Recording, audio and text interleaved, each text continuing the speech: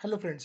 स्वागत है आपका एक और वीडियो में जिसमें हम डिस्कस करेंगे ए प्लस सेटअप जो मैंने ट्रेड किया था C H F J P Y pair में, जिसमें मैंने $50 के रिस्क के $160 का profit more than 1:3 profit book किया है। तो चलिए एक बार समझ लेते हैं कि क्या वहाँ पे सेटअप बन रहा था।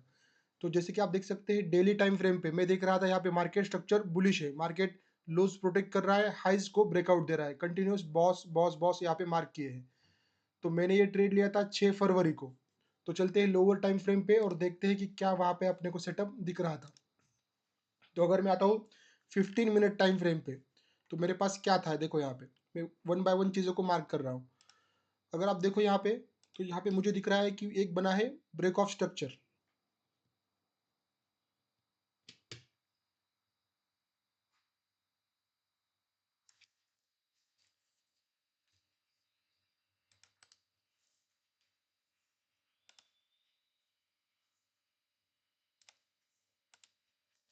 उसके बाद अगर आप देखो यहाँ पे तो क्या हुआ है, मैं आपको मार्क करके दिखा रहा हूँ कि मार्केट जब यहाँ से रिट्रेस हो रहा है बॉस करने के बाद, जो रिट्रेस हो रहा है, तो यहाँ पे क्या दिख रहा है कि ये कोई शार्प फॉल नहीं है। मतलब ट्रेंड रिवर्सल कभी भी मैं कैसे देखता हूँ, मैं अगर आपको दिखाऊं, तो अगर मार्केट को किसी इंपॉर्टेंट लेवल की लिक्विडिटी लेके अगर ट्रेंड चेंज करना है तो वो फास्ट फॉल आएगा और वो तुरंत अपना एमएसएस कर देगा, प्रीवियस लो ब्रेक कर देगा। तो ये वाला फॉल अगर आप देखोगे तो यहाँ पे मल्टीपल ओवरलैपिंग कैंडल्स है, तो ये कोई फास्ट वाला फॉल नहीं है जिसने एमएसएस किया है, मतलब प्रीवियस लो ब्रेक किया है, इस तरीके से फॉल नहीं है। तो ये डल डल मोमेंटम है। तो मुझे ये दिख रहा है कि यहाँ पे क्या हो रहा है, लोअर टाइम फ्रेम पे अगर आप आओगे 5 मिनट टाइम फ्रेम पे, तो यहाँ पे इंटरनल एकदम छोटे छोटे लोअर लो लोअर हाई लोअर लो लोअर हाई, इस तरीके से मार्केट चल रहा है।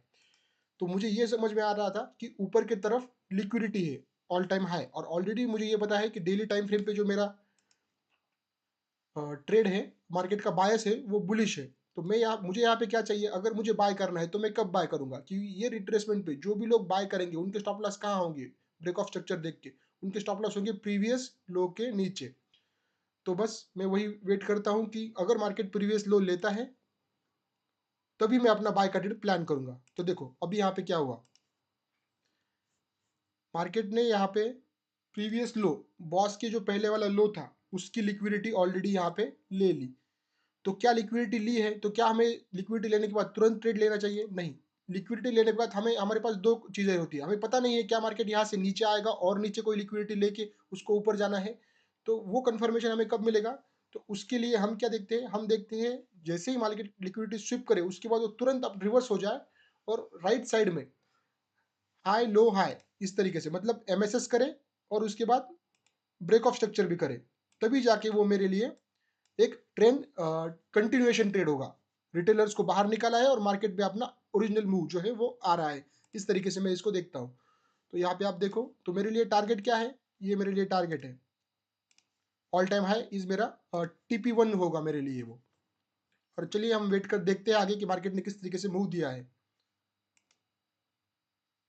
तो देखो यहाँ पे लिक्विडिटी ली, मार्केट ने यहाँ पे एक अपसाइड मोमेंटम किया। तो मुझे यहाँ पे क्या दिख रहा है, जब यहाँ पे आया था मार्केट तो मेरे लिए एमएसएस पॉइंट यहाँ कहीं ऊपर था, पर मार्केट ने क्या किया, सेम लेवल पे एक बार टैप किया और वहां से अपसाइड की तरफ शिफ्ट हुआ। तो मुझे, मेरे लिए अभी मेरे पास यहाँ पे मार्केट स्ट्रक्चर शिफ्ट का ये पॉइंट मुझे मिल गया। तो मेरा पहला कंफर्मेशन मुझे यहाँ पे मिल चुका है कि मार्केट को नीचे नहीं जाना है, उसको ऊपर ही जाना है।